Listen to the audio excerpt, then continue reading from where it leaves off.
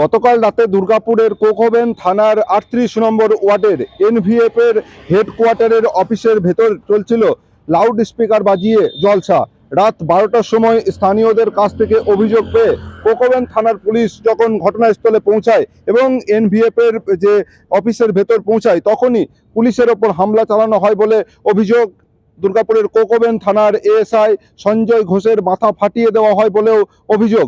৯ জন গ্রেপ্তার হয়েছে, তাদের দুর্গাপুর মহকুমা আদালতে ইতিমধ্যে তোলা হয়েছে। এদিকে যিনি আহত হয়েছেন দুর্গাপুরের কোকোভেন থানার এএসআই, তাকেও দুর্গাপুরের বিধাননগরের একটি বেসরকারি হাসপাতালে ভর্তি করা হয়েছে। এই ঘটনাকে ঘিরে গোটা এলাকা জুড়ে ব্যাপক চাঞ্চল্য ছড়িয়েছে।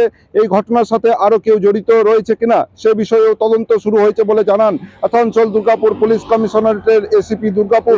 স্যার বলছি, ওই কোকোভেন থানার ওই যে এনভিএফ এর সাথে যে পুলিশের গন্ডগোলটা হয়েছিল, ওই ৩ জন মনে হয় এনভিএফ এর অ্যারেস্ট হয়েছে আর 2 জন পাবলিক। ওটা কি হয়েছে স্যার, যদি একটু বলেন। ওইটা রাতে ওরা মাইক বাজাচ্ছিল জোরে। আচ্ছা পাবলিক গ্রামবাসী কমপ্লেন করেছিল, সেই নিয়ে পুলিশ গিয়েছিল। পুলিশের লোকদেরকে ওরা ওই ম্যান হ্যান্ডেল করেছে, মদ্যপ অবস্থায় ছিল তো। আচ্ছা, ঠিক আছে। এনভিএফ এর লোকেরা মদ্যপ অবস্থায় ছিল, হুম হুম হুম তারপর পুলিশের উপর চড়াও হয়েছিল।